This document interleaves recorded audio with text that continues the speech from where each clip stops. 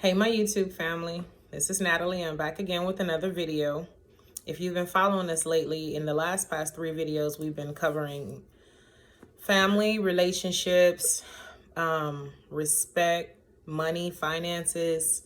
We've been covering a lot of different things to hopefully help someone to be better in those different areas. In one video, we covered the 5 things that destroys a family, and that was, religion, politics, finances, outsiders, those different things. And then on the last video, we touched on finances, trying to help someone to be better financially stable for the future, or to prepare themselves for the future, because we never know what's going to happen tomorrow.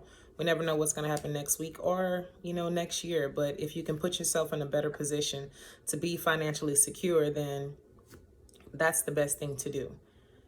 And towards the end of the video, we were kind of hitting on some things, and one of them was trust. So in this video, we're going to cover trust and actually see what trusting looks like, what trusting looks like in a relationship, what trusting looks like when it comes to families. How do you know when you fully trust someone? How do you know when the trust is gone?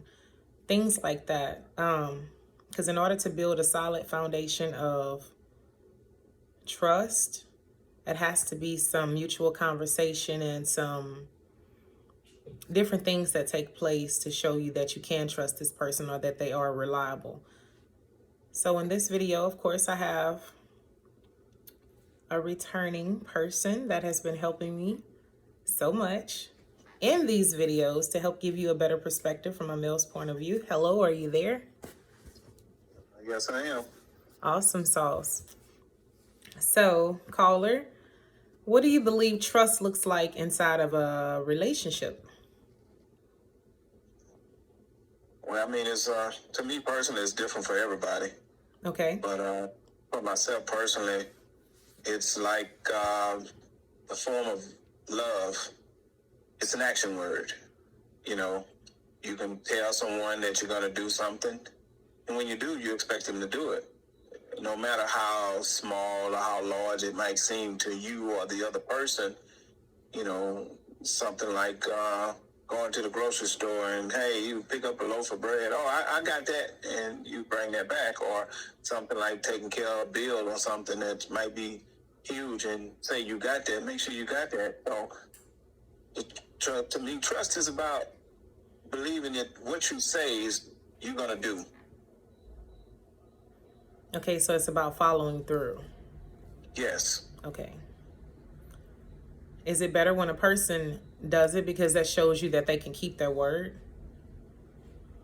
Well, that's how you develop trust, because normally if you're in a relationship, you're going to start off with something small, you know, and you're going to ask them to do certain things, you know, to see if they can handle that. And once they handle that, of course, you start building on the trust little by little. But if, you know, they say they're going to handle a certain thing and they don't, it's going to make it kind of hard for you to trust them with something much larger. That's for me personally, you know. Okay. So like if a person has too many different things on their plate and they tell you that they're going to do something, and then that specific thing gets pushed to the back burner after they said that they were going to do it, that's where the trust kind of slacks off at? Yeah, I'm going to be looking at you crazy the first time for sure. And I'm not saying that I won't give you an opportunity to do it again. I'm probably going to remind you of that and how you didn't go through with it. And somewhere down the road, I'm probably going to trust you again. I'm just not going to tell you when. Because the whole thing about trust is not being prepared. Explain that, please. Meaning, if I tell you I'm going to trust you with something later on, that means you're going to have that at the forefront of your mind. So it's like, they're going to try me again, so I'm going to make sure I'm ready. But when the trust part come in, it's like you said about all those things that's on your plate, and you can, you know, put things in priority, and you say, okay, I got you.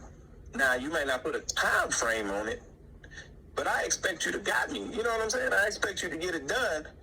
Like, for instance, if I say, well, you know, the water company closed at 3, can you get this water bill done today?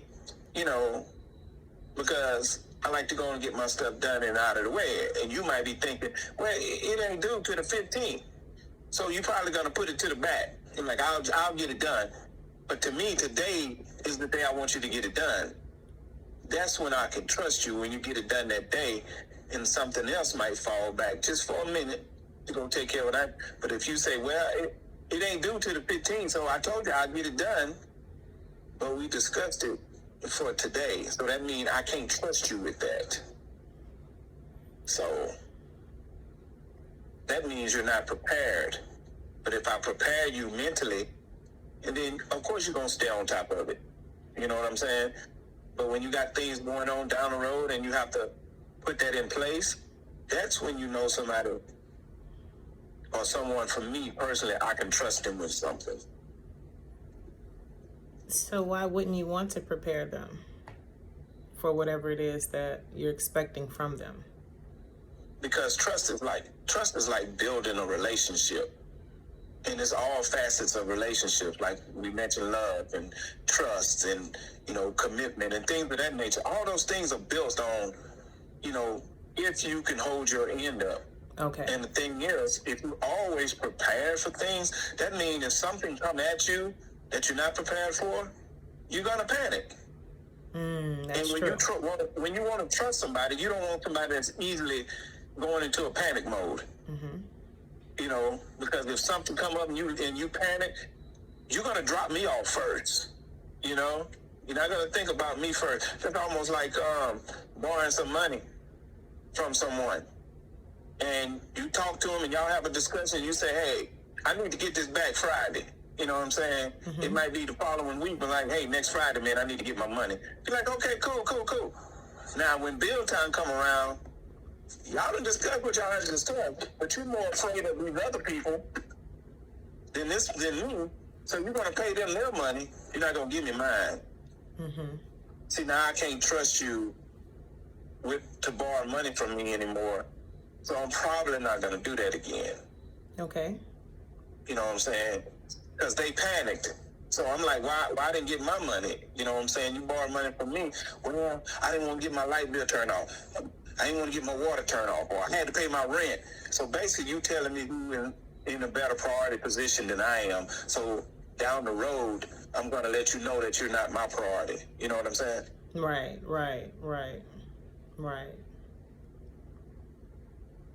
So what about trust in family? What does that look like to you? Same thing. Sometimes I be looking at my mom and dad kind of funny, Or I got brothers, and my brother, just using that water bill thing, my baby brother was in that situation, and he told me he got it. I said, you sure do? Because I'm going to be out of town. I ain't going to be able to do it. Now, I gave myself a window because I know my little brother, right? Right. So it didn't really have to be due that next day, but I wanted to get it done and out of the way. He told me he got it. I gave him the location of where it was, how to get it done. Hey, just somewhere in between your day of ripping and running, do that for me. He said, I got you. He didn't got me. And I think down the road, again, I gave him another shot at doing something else. Just as small as that, but major. But of course, I got experience from the last time. So I left myself a window. And he didn't get it done again, so I don't even ask him anymore. Okay. I mean, I get it done when I can get it done, and when I'm available, to get it done, so I don't have to depend on people. Got you. So it's best to take care of things yourself rather than putting that in someone else's hands to do for you. Well, as much as you can. I mean, you're gonna need people in your life, but that trust issue thing is a hard thing, especially when you're dealing with family and friends, because you want to depend on people. You want people to assist you in certain situations, but it's not their responsibility. It's actually yours to handle your own business. Right. I mentioned that earlier,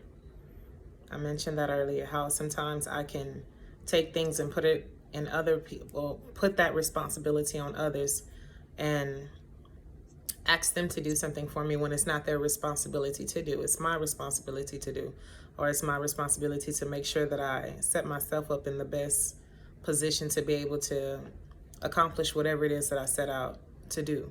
and not take that and give it to somebody else to accomplish or complete for me. So that is so true. Sometimes it's better just to take care of things yourself as much as you can without having to rely on other people. Because sometimes other people have things going on and they're not able to assist you in the moment. Like, with your brother's situation, it's no telling what he had going on for him not to prioritize you and put that in place. So things happen. And like you said, trust is a very hard thing to do, especially when you're depending on others in that matter or in that aspect. So, what does trust look like when it comes to the religious stance, when it comes to God, and your relationship with him? Do you have a relationship with God? Yeah, I do. I believe in God. I believe in the gospel. I believe in Jesus Christ. He died and he rose, came and died for the Gentiles. I believe in all of that. And me personally, I feel like a lot of people, I really truly believe a lot of people overemphasize that. Okay. For me personally, God has given us the willingness to make choices ourselves. Not saying that he's not active in our lives. Right. Because he is. But a lot of things that we do is effective ourselves. You know what I'm saying? Like self-inflicted wound, or sometimes the things that we are promoted is based on things that we chose to do, because life is a choice. Yes. And so as far as the trust, we should believe that there is a higher power than ourselves. But at the same time, we have to believe in ourselves. So if you don't trust yourself, what's the point? I mean, to me, I'm not saying I trust myself more than God, but I've never seen him. I've never met him. But I've been with me all my life. So 9 times out of 10, I'm not going to say, 80 to 90% of the time, I'm going to bet on me.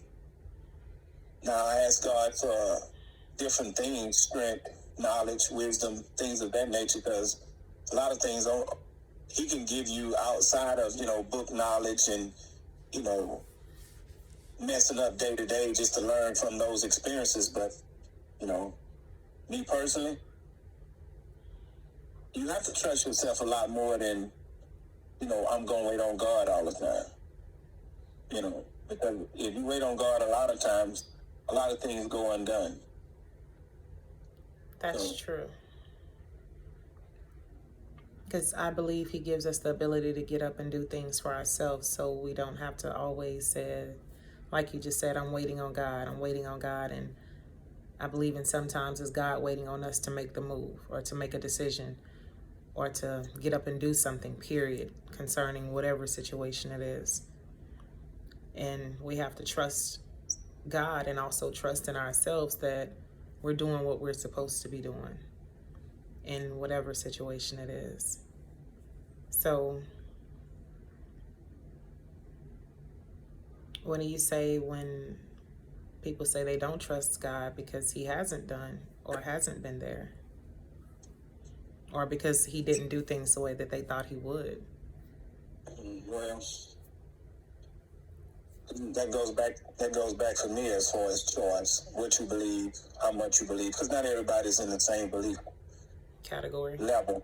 You know what I'm saying? Everybody's not, some are babies, some are adult Christians, you know what I'm saying? In the sense of spiritually, as they say, some are drinking milk and others are eating meat, right? So That's true. you have to believe what you believe, a lot of times I've gotten in debate with others about what they believe and they telling me what I believe, and at the end of the day, it's pretty much what you believe. But at the same time, your life has to show that. It has to be consistent. And so if you want me personally, if I'm in your life or in your realm and you want me to believe that you trust God, I got to see your life reflect that. Because if it doesn't, I'm going to be like, okay, well, if you believe in God and I feel we serve the same God because we both believe in Jesus Christ and there's only one Jesus, your life will reflect a lot of times of the good decisions that you make, or, you know, the choice of getting out of getting out of your own way to allow certain things to happen, because sometimes we can get in our own way. And that means a lot of times we don't trust God, and we go a lot into our own understanding instead of trying to have a balance of both, you know. Right. Because I do believe it's about a balance of both, you know, when you're having a personal relationship with God. And if you don't have that balance, we're going to continue to make mistakes and keep repeating them, you know, like it's a cycle, you know. And but it's as a human, as a Christian, as a person that don't even believe in God, life is a choice, you know. And we learn at an early age what's right and wrong, you know. So whether they believe in God or not, they still have to make a choice. And from my understanding, you're going to be judged by him regardless of whether you believe in him or not. That's true. So that is so true. So the response for trusting in, you know, God is pretty much allowing him to lead you and knowing that he's telling you the right thing to do, and then you actually following him. Well, I mean, there's 3 parts to the Trinity, you know, and I feel the Holy Spirit is with you all the time. Like they used to say back in the day, there's a good angel on one shoulder and a bad angel on the other one. Right. But it's always voices in your ear. It's always someone trying to deter you from doing something, and someone trying to encourage you to do something. But 9 times out of 10, we know which way to go. We might not always choose that way. So to me, that's the Holy Spirit letting us know, hey, don't go up into that, don't do that. But a lot of times we Christian, we are actually looking for Jesus and God to show up when he said he's going to leave the Holy Spirit with us. You know what I'm saying? He never said I was going to come back and direct you directly. He said I was going to leave something with you, right? Right. And so a lot of us still waiting on Jesus and God to walk through the door and tell us what to do. And it just doesn't work like that. That's true. So how do you know when you could trust yourself to make the right judgment? Or if you can't trust yourself, you know? I mean, you're going to make mistakes. I've made plenty. In my 55 years, I've made a lot. And it's probably not over quite yet. But I trust myself by doing the same thing over and over, repetitious. Okay. You know, I know to pay my bills. I know to pay my, you know, I know when to go to work, what time to go to work, how to go to work, what to do every day in a truck, or, you know, these are the things that I do every single day. I know how to conduct myself around people, how to talk to certain ones, how to react this way or react that way. But that's an everyday routine. You know, it might change based on what's happening every day, but as far as myself, it's up to me how I conduct myself, and that's when I start trusting me more in whatever situation I'm dealing with. I like that. I know it's been times that I didn't trust myself to be in certain environments because I used to drink all the time, and it was a very bad thing for me. Like for years I was a drinker, and consistently I would drink like every day. So when I started backing away from drinking like that, and I stopped going to certain places where I know they would have lots of alcohol. I stopped hanging around certain people that I know that's what they would have. That would be the center of whatever event it was going on, because I didn't trust myself to know that I could actually go and sit down and enjoy myself without being tempted to want to take a drink or to want to partake in whatever they were doing. So I know that that was something I had to discipline myself in, not going around these people until I knew I was strong enough to be able to sit in these environments and then not be influenced by the people that I was around. So I'm not saying it happened immediately, but over a period of time of me just backing up and staying away and getting stronger within myself, I was able to actually trust myself to be in places around people who did have alcohol and it didn't bother me. But at first I didn't trust myself to be in those type of environments because I know what I just came out of and what I was doing my best to overcome. So I distanced myself to better myself in that area. So that way, when I did go back to these groups of people, I could be able to enjoy myself and not be feeling pressured by the peers around me. So it took me not trusting myself to learn how to trust myself to be around people. And I know I've heard someone say that before, like they used to go and hang out and go and do certain things with certain people. And then they kind of just backed up because they changed their circle. They changed their environment. They changed the people that they were interacting with and chose not to go around them anymore. And I don't know if this person didn't trust themselves to be around these people, but I think, like you said, it's something inwardly. The Holy Spirit will speak to us and tell us, if that's okay or if it's not okay. And it's up to us to choose to listen or not listen. But for me personally, I feel like if I would have chosen to say, oh, I got this, I could do this, a fake illusion of thinking I could trust myself and would have gone back into that situation or those different environments, I feel like I could have lapsed and started doing this all over again and then having to break that cycle all over again, which is something that I heard you mention earlier about cycles. So it just would have been a repetitive cycle for me, doing the same thing over and over and over and not getting anywhere. So I'm grateful that, I can trust myself now to be in those areas and not have it affect me in a negative way like it used to before. And I'm not, driving intoxicated or anything like that. So that's my thoughts on that. And you're so right. Is there anything else you wanted to add to that? Well, to me, that's just a way to tempt God, because a lot of times we go do things and we expect God to protect us, Yes, even that's though true. even though we're doing wrong. Right. That's sin, right? That's sin, right? Yes, and very much so is. When you know to do something and you don't. Well, because we, like I say, we decide to go drink or speed or, do the things that we know can cause us harm, Right. but we still expect God to protect us. And, because how they say, pride changes things, pride works. Yeah, it does work, but stupidity works too. Hey to the man. Sooner or later, you're going to run into that stupid wall or a tree or something else. And then you wonder why God, and then, of course, if you make it, of course, Jesus saved you, because he probably wants you to be in pain so you can understand that was stupid.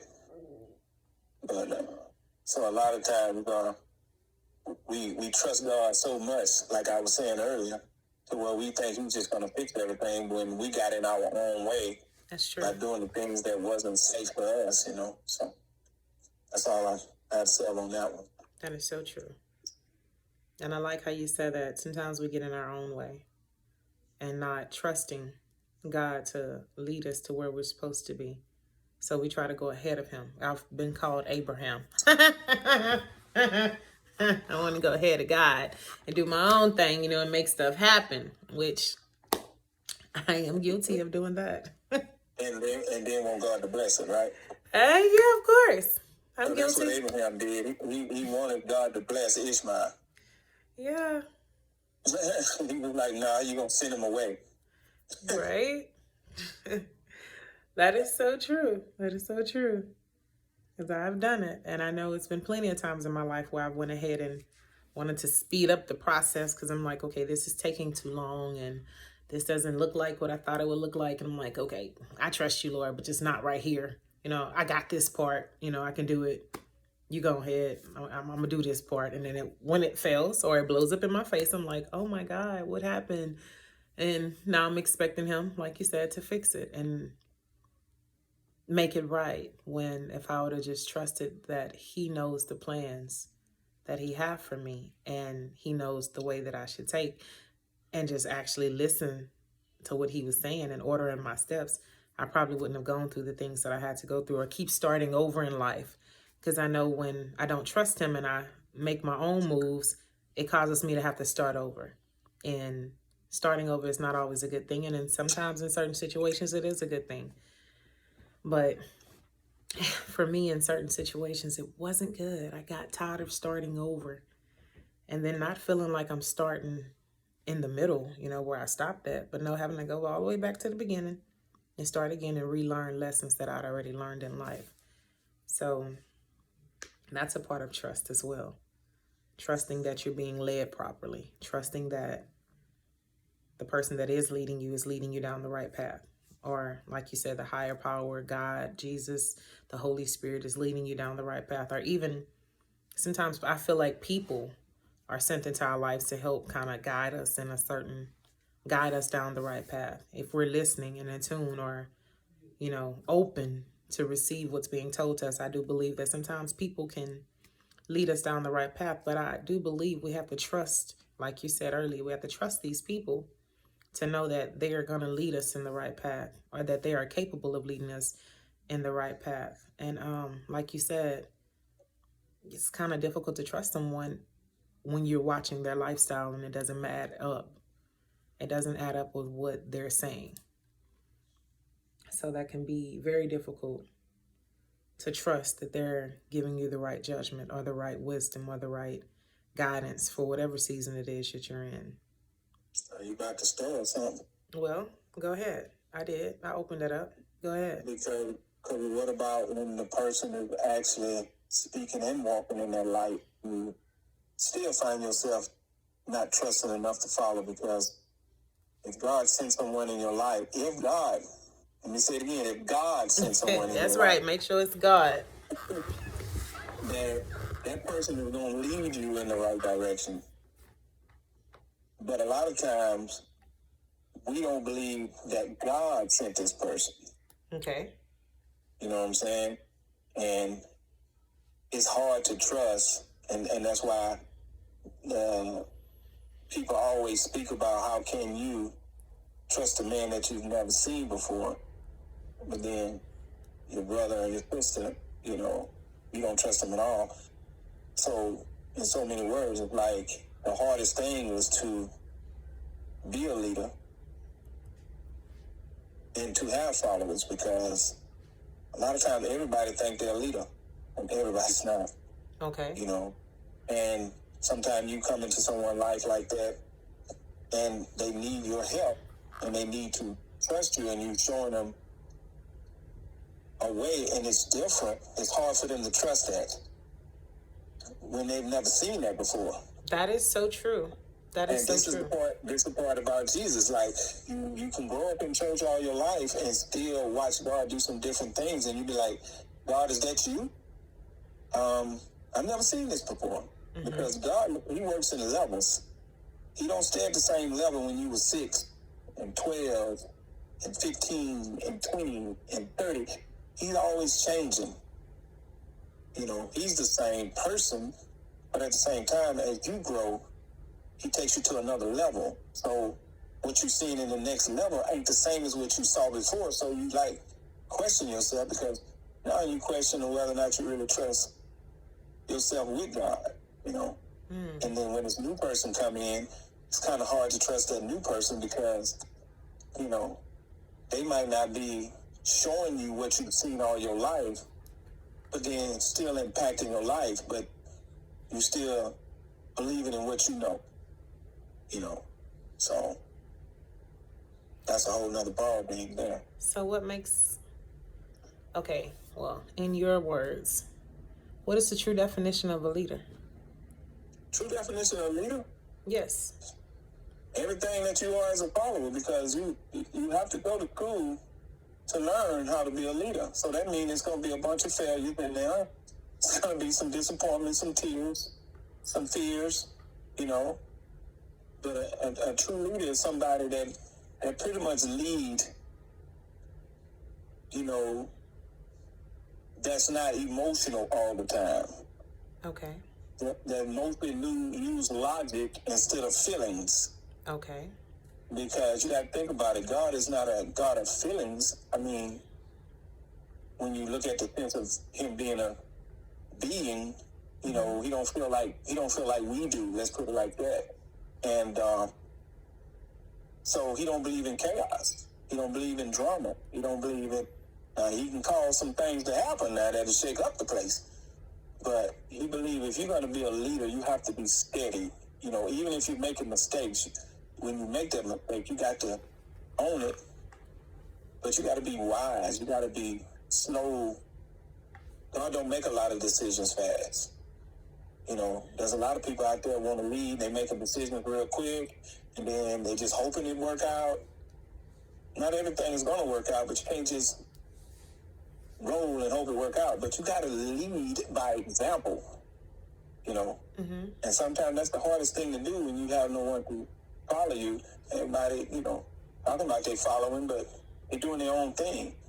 So it get discouraging, you know, when you are sent to be a leader and there's nobody to follow. But you can't be a leader without followers. That is true. I have actually experienced a lot of leaders in my life, and some of them were not good role models for me. And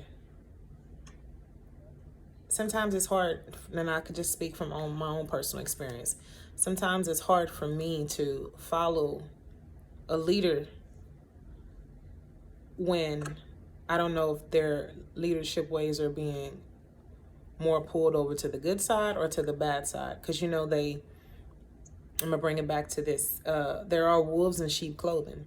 Well, they'll do something so long for a certain amount of time, and then you start to see the other side of them. So it makes you question, okay, are they really following, or, you know, are they really leading me down the right path? Because I could say, like, I was under some leaders for like years, and it made me question, okay, am I doing things the right way? Am I even on the path that's supposed to produce purpose in my life? And sometimes you don't know the good from the bad when you're first going in. And I believe those things are at times developed in time, where you see, okay, like they say in the Bible, you'll know the tree by the fruit, whether they're bearing good fruit. But sometimes, you know, you don't know that tree is good just because it look good. It could look beautiful with some beautiful, delicious apples on it. But you don't know that that's not, you know, exactly what it is. And they got some rotten apples in the side of there too when you first looking at it, because the whole tree looks good. And it's only when you get close and you take time in picking those apples, those beautiful apples, that you start to see there's some rotten ones in there too. You know, it's what you don't see on the surface, but when you go underneath the surface, you start to see different things. So for me personally, I have been under some leaders where it looked good, and then it wasn't so good once I spent time under their leadership. And then I've been under some leaders where it didn't look, like you said earlier, it don't look like God. It don't look right. It don't feel right. It's different to everything I've ever been taught, learned, experienced, all of that. But through time, I had to see, okay, that is some good fruit. It just don't look like it's good, but it actually is good. So I believe that certain things, when you're following someone or you're following a leader, certain things are developed in time when you actually get to see the true character of a man. Or like I was told before, the storm will reveal the true character of a man. And when I heard that, it blew my mind. I'm like, well, what does that mean? But the difficulties and the different challenges of life reveals who a person really is. It reveals the true nature of that person and how they're going to respond in certain situations, or how they're going to respond to the difficulties of life, or how they're going to respond to things in the family or things in the home or even in marriage, how they're going to respond. But the storm will reveal the true character of a man, to know that if that's someone you're supposed to be following, or even in churches or jobs or whatever scene, to know that if that's someone or some area or path that you're supposed to be going down, or if that's the right path you're supposed to be following, or if that's the right leader. Go ahead. May I say something? Go ahead. Let me ask you a question. If you go to, when we was talking about these apples on the tree, right? Yes. Which ones are you taking to the market? Well, I done been to some markets and I done seen some apples that weren't. Which ones are you taking to the market? I'm gonna take the best of the best. Okay, if you're at the market and you're a customer, which ones are you picking at the market? I'm gonna pick the best of the best. Exactly, but at the same time, those rotten fruit are still a lesson from God. Okay, go ahead. Break it down. I'm listening. You understand what I'm saying? Yeah, go ahead. It's because you're always looking for the good fruit and not the bad fruit Because the ones that normally are rotten are the ones that's on the ground. Very, very rarely an apple will be rotten in the tree. Now, a worm can get in it, Right. but most of the time it's on the ground. You know what I'm saying? And when you're picking up that rotten apple, you get to find out which one's not good. But at the same time, it's telling you a story about that apple before it hit the ground. So Make it make sense. When you're following these leaders, each one of them is sent to you at a different stage of your life. Okay, that's good. Go ahead. So the whole thing is your discernment as God is building and teaching you how to find the good and the bad apples. When the next teacher, next leader, or next person is in line to come into your life, you're supposed to go to the next level and not resist in the sense of, I ain't never seen this before. And that's when discernment comes in. So a lot of times we focus on the bad apples. What is discernment? What is discernment? Discernment, in my own words, is something that you know from deep within, which is I call the Holy Spirit speaking to you, allowing you to know from right from wrong. Okay. We know that as a baby, from right and wrong. So I've noticed a lot of adults get to a certain age and say, hey, I just don't know this. Well, you know what's unsaved. You know what looks good, what looks right, you know. And I know the Holy Spirit is talking to you if you're connected to God, that it will tell you if that's right or wrong. We just choose a lot of time to eat the rotten apple because we didn't turn the apple around. We picked it up. It looked good on one side and we started biting into it. That's right. Found out it was a worm in it. That's right. You know, because the ones that you take into the market, you're going to pick them up, you're going to put them in the basket, you're going to wash them off and everything. So that gives you a chance to inspect the whole apple. Instead of just the sides you want to see. So a lot of times when you want to shut down the next leader because we ain't never seen that, well, you ain't never seen that person. So how can you see the lessons God teaching if you're not even at that level already? And that's what I was speaking about earlier. Each leader is sent to you in different stages of your life. Just like those apples. You got to take the good with the bad. That's how you become a stronger Christian. Okay. I like that. I like that. That is very good. That's a life lesson right there. Because the good and the bad work together. That's right. Yeah, that's that. Everybody just want to throw away the bad apples, but that's where the lesson comes in too, with the bad apples. It does. Because either you learn what not to do, or you learn how to avoid certain situations in the future. But it's through, like you said, going through the bad or picking up that bad apple that you learn something from it. And it's usually preparing you for what's ahead, that you might not even know that's ahead. I like that. I like that. So leadership is something that is taught in following.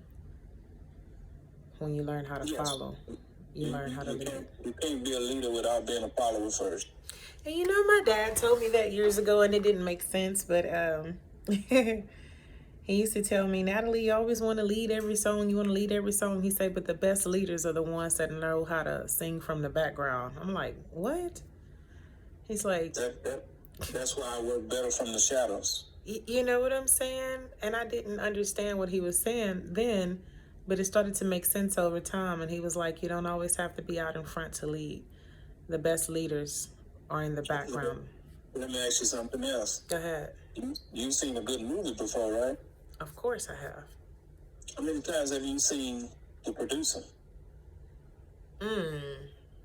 Very, very, very rare. You got actors and actresses now, they're producing and acting. But back in the day and even now, you have more producers in the back of the scene leading, but they're not the leading lady or the leading man. So they're actually the ones that's in control. And if you look at the credits at the end of the movie, it's a lot of people they're in control of, in charge of. Yes, that's so true.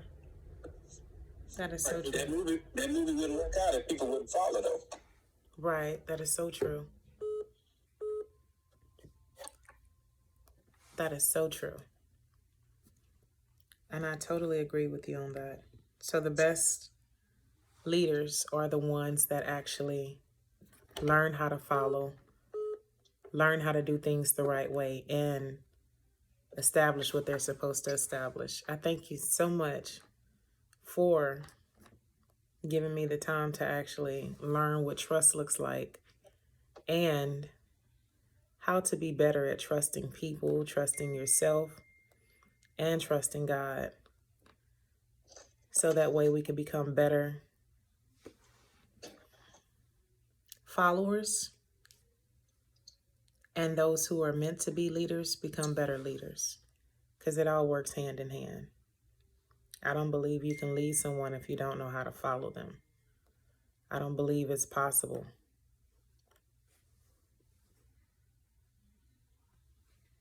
So that's something that I've learned along the way. And it's helped me. Excuse me, y'all.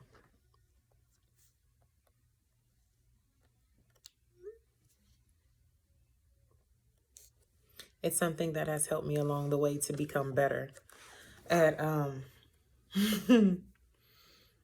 life, period. Because I can't say that I'm a leader, or I can't say that I'm a good leader. I am leading. I'm leading my children. But it has come from me learning how to follow other people who are over me with leadership. So I'm not saying people are not meant to be leaders. I believe some are meant to be leaders. I just believe, like you said, you have to learn how to follow someone before you can lead someone. Because if you don't know where you're going and you don't know what you're doing, then you could potentially lead the person down the wrong path. But I like what you said about trusting the person and their leadership skills, even if that's nothing you've ever seen before. Because I know personally, I didn't really do that in this relationship. I didn't trust this person in the beginning to know that they knew what they were doing, because it all looked crazy to me. It all looked different. It all looked black and white. Like, this does not look like what I was taught or what I was shown. It just looked so unfamiliar, and none of it made sense to me. But I believe he had to break down the walls that I had in my mind of what life, finances, religion, family, leadership, all that was. And the more he helped me to understand the different things that he was teaching me at the time, it helped me to learn how to trust him when it came to all those different areas and categories.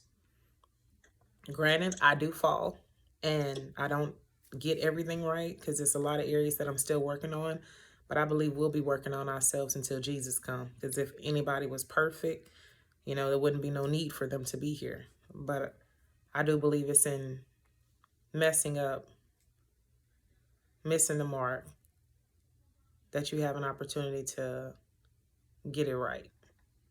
Because if we were perfect, everybody had all their stuff together, everybody was doing everything so good and so right, then there will be no need for nobody to lead us, because we got it. You know what I'm saying? Am I on the right path with saying that? Well, I feel like you are to a degree. And I think the thing that you're really missing is the part about the mistakes. A lot of times we keep repeating the same ones, and, we want to say we're repenting. God wants us to make new mistakes. And I keep making the same old mistake. Okay. Because you keep making the same new mistake, then that means you ain't trying to learn. Okay. When you make some new mistakes, I mean, hey, that's something that you're not aware of. Don't you know the phrase, when we know better, we do better? That is true. I've heard that before. And it's like, when we know better and we don't do better, I mean, we ain't trying to learn. We keep expecting God to keep fixing that same old thing. Yeah, a lot of times that comes from generational curses, life upbringings, or what we've learned, and some of the things that we're not ready to release just yet. Right.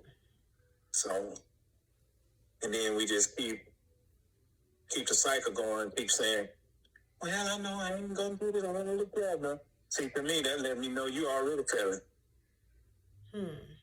Because we all know we're gonna fall short. Right. It's just meant for us to fall short. Like you say, we wouldn't fall short. We wouldn't need Jesus. We wouldn't need God. We wouldn't need to worship. That's we wouldn't need to pray. The whole purpose is for us to be able to do, for us to do all those things. That's true. You know, from what I understand growing up, if it was God's wish, we'd be bowed down all day, every day. But he allowed us to have a life doing the other things, interacting with people, and giving us an opportunity to get with people amongst the other Christians and pray and worship. But if it was up to him, we'd be bowing down and worshiping every day, 7 days a week. Wouldn't be no jobs.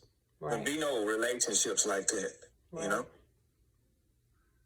That's so true. To me, when I hear people say, I might not always get it right. A lot of times it's because we're trying to change too many things at the same time. And you know what? I give you that because instead of dealing with one or two things at a time, get those somewhat right and then work on something else instead of trying to change 9 or 10 things at the same time and wonder why we ain't getting most of them right.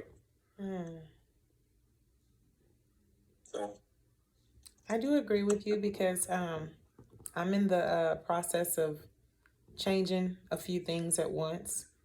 And prime example, I haven't really cooked like a big meal in a while. So Sunday I wanted to cook a big meal, but it was on my mind throughout the week, but I didn't actually take the time to prepare for it, like going to the store and picking up the ingredients for it. You know what I'm saying?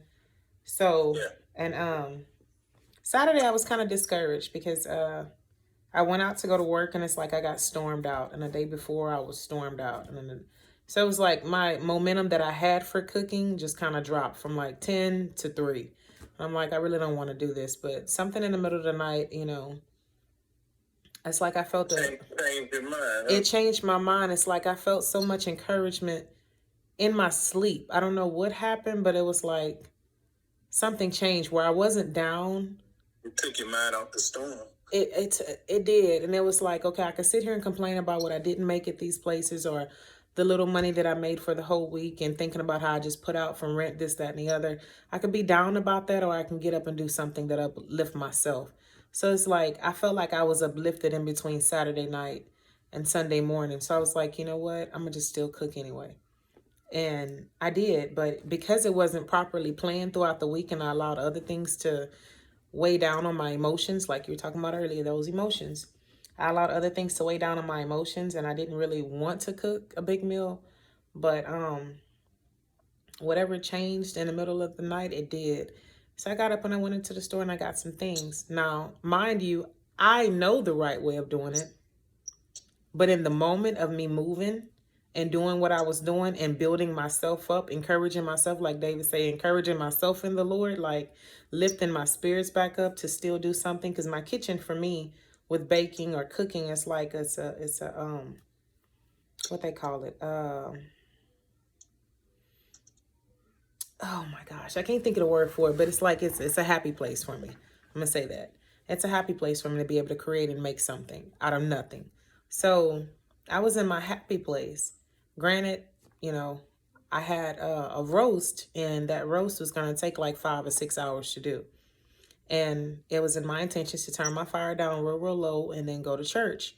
And knowing by the time I come home, you know, it would be somewhere near done. Now, that's things that I've saw coming up. You know, that's things that I've experienced in my teens, my 20s. And like you were saying, some things are generational. So I've seen my people do things like that, and they come home, you know, the whole house stinking and smelling like roast.